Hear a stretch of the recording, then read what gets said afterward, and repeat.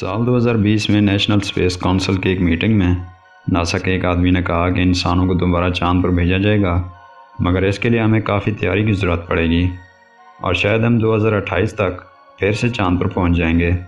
इनका ये बयान कई सवालों को जन्म देता है।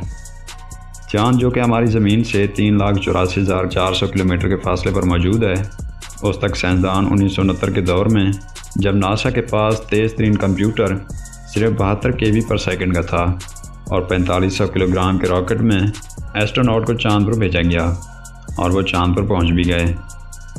तो अब इतनी तैयारी करने की क्या ज़रूरत है, जबकि हम पहले ही कई बार चांद पर जा चुके हैं। टेक्नोलॉजी दिन ब दिन बढ़ रही है या कम होती जा रही है, जबकि हम मार्स पर जाने की कोशिशों में लगे हैं, जिसका हमारी ज़मीन से फासला 6 करोड़ 20 लाख किलोमीटर है। 1969 से 1972 तक नासा ने 6 लोगों को चांद पर पहुंचा दिया, मगर 50 सालों के इतने बड़े दौरानिए में नासा ने फिर से चांद पर जाने की कोशिश क्यों नहीं की? क्या साइंसदानों को वहां पर कुछ ऐसा दिखा जिसे वो फिर से नहीं देखना चाहते थे, या फिर वहां पर एस्ट्रोनॉट को एलियन या किसी दूसरी मखलूक से जंग करनी होती है कि इसके लिए तैयारी की ज़रूरत पड़ेगी? नाज़रीन, ये वो सवालात हैं जो कि माहिरीन ने नासा से किए हैं, लेकिन नासा ने या तो इन सवालात को नज़रअंदाज कर दिया या फिर इनका कोई तसल्ली बख्श जवाब नहीं दिया। तो आज की इस वीडियो में आपसे मून लैंडिंग की वो हकीकत और इंकशाफात बयान किए जाएंगे जिन्हें जानकर आप भी ये मानने पर मजबूर हो जाएंगे कि नासा कभी चांद पर गया ही नहीं था, क्योंकि माहिरीन ने जब इस मिशन की खोज लगाई तो उन्हें कुछ और ही जवाब मिले। दोस्तों, रूस और अमेरिका के दरमियान स्पेस जंग चल रही थी कि कौन होगा जो कि चांद की सरजमीन पर अपना पहला कदम रखेगा, रूस या फिर अमेरिका। 13 सितंबर 1959 को रूस ने बगैर किसी एस्ट्रोनॉट के अपने स्पेस क्राफ्ट को चांद पर उतार कर यह साबित कर दिया कि स्पेस जंग वो जीत चुका है। लेकिन अब भी यह सवाल बाकी था कि चांद की ओर सफ़र करने वाले स्पेस क्राफ्ट में कोई एस्ट्रोनॉट क्यों नहीं था। और अब ये मामला खड़ा हो चुका था कि पहले चांद पर किसका स्पेस क्राफ्ट लैंड करेगा, और वो भी एस्ट्रोनॉट के साथ। प्यारे दोस्तों, अमेरिका जो कि दुनिया में अपनी ताकत जमाना चाहता है और ख़ुद को हर फील्ड में पहले स्टेज पर देखना चाहता है, तो उसके लिए ये इज़्ज़त का मामला बन गया था कि अमेरिका इतना सुपर पावर होने के बावजूद चांद पर क्यों नहीं पहुंच सका। लिहाजा अमेरिका ने अपने मकसद को पूरा करने के लिए हॉलीवुड के किसी खुफिया स्टूडियो या फिर चांद माहिरीन के मुताबिक शिकागो के एरिया 51 में ये सारा कारनामा अंजाम दिया गया था। जब इस मिशन की तफसीलात, चांद पर से मिलने वाले ऑब्जेक्ट्स, तस्वीर और वीडियोज़ वगैरह सामने लाई गई, तो टेक्नोलॉजी के माहिरीन ने इन तस्वीर को जांचा तो उन्हें इनमें से कुछ और ही सवालात मिले जो कि वाकई में हैरान कर देने वाले थे। Absence of stars. दोस्तों, चांद की सतह पर बादल मौजूद नहीं हैं, क्योंकि अगर बादल मौजूद होते तो चांद हमारी ज़मीन से कभी कभार देखा जाता। मगर यहाँ पर तो स्टोरी ये है कि जब चांद की सतह पर से ज़मीन की फुटेज ली गई तो बैकग्राउंड में एक भी तारा नज़र नहीं आ रहा। हालांकि आप जितना ज़्यादा स्पेस में सफ़र करते जाएंगे आपको उतने क्लियर तारे भी दिखाई देंगे। जब यह सवाल नासा से पूछा गया तो उसने ये जवाब दिया कि इस वक्त कैमरा इतना जदीद नहीं था कि वह सितारों को कैप्चर कर सके।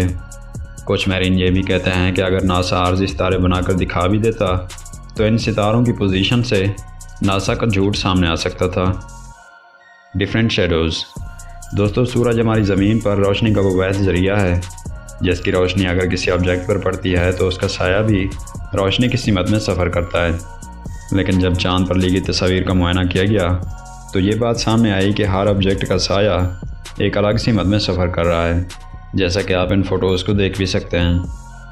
माहिरीन का मानना है कि इस मिशन की तस्वीर बनाते वक्त अलग अलग लाइट्स के सोर्सेज को इस्तेमाल किया गया, जिसकी वजह से शेडोज़ भी डिफरेंट हैं। जब नासा से इस बारे में सवाल पूछा गया तो नासा ने यह कहकर बात को टाल दिया कि चांद की सतह नाहमवार होने की वजह से शेडोज़ भी मुख्तलिफ हैं। कैमरा।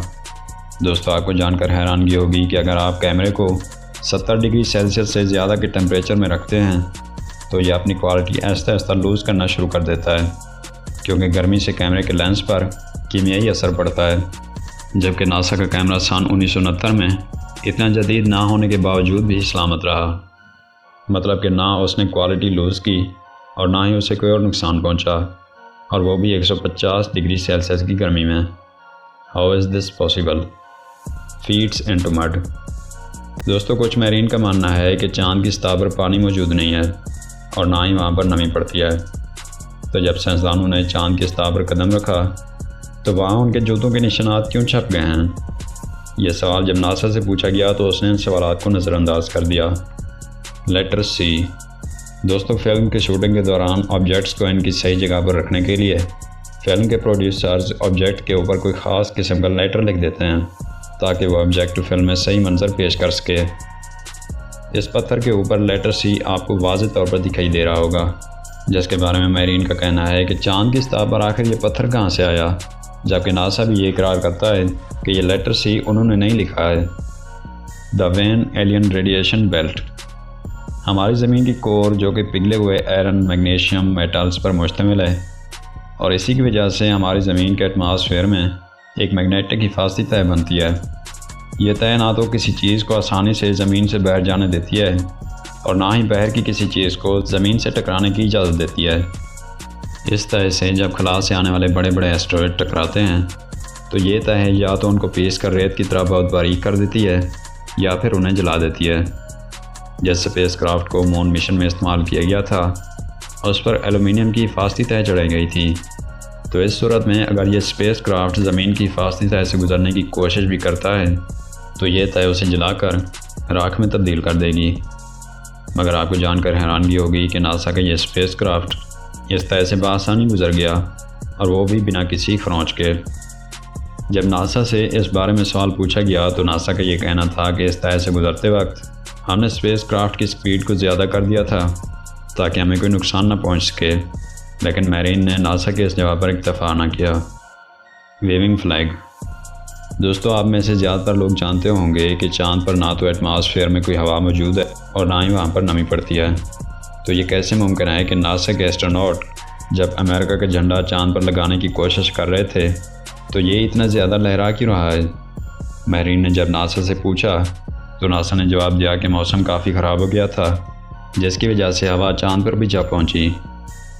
दोस्तों, ये कैसे मुमकिन है कि जब बादल 90 किलोमीटर की दूरी पर रहते हों तो चाँद जो कि हमारी ज़मीन से 3,84,400 किलोमीटर के फासले पर मौजूद है, इस तक बादल या तूफ़ान आखिर कैसे जा सकते हैं जबकि हवा की बुलंदी 100 किलोमीटर है? तो ये नासा का जवाब इन दोनों दलाइल के सामने बेबुनियाद लगता है। दोस्तों, जब मून मिशन के बजट के बारे में नासा से पूछा गया तो नासा ने 2500 करोड़ रुपए इस मिशन का बजट बताया। और जब नासा से चाँद पर रिकॉर्ड की गई फ़ोटोज़ और वीडियोज़ के बारे में पूछा गया तो नासा ने बताया कि वो सारे रिकॉर्ड उन्होंने कहीं खो दिए हैं। अब आप खुद समझदार हैं कि 2500 करोड़ रुपए खर्च करने के बावजूद, एस्ट्रोनॉट की जान का ख़तरा उठाने के बावजूद, अपना कीमती वक्त ज़ाय करने के बावजूद, जो कि चाँद तक जाने के लिए 7 महीनों का वक्त दरकार होता है, इसके अलावा इतनी ज़्यादा टेंशन लेने के बावजूद कि आखिर हम कामयाब भी होंगे या नहीं, तो इतना कीमती रिकॉर्ड नासा ने आखिर कैसे खो दिया? दोस्तों, ये वह सब डिस्कशन थी जो कि कॉन्स्पिरेसी के लोगों ने नासा से की थी।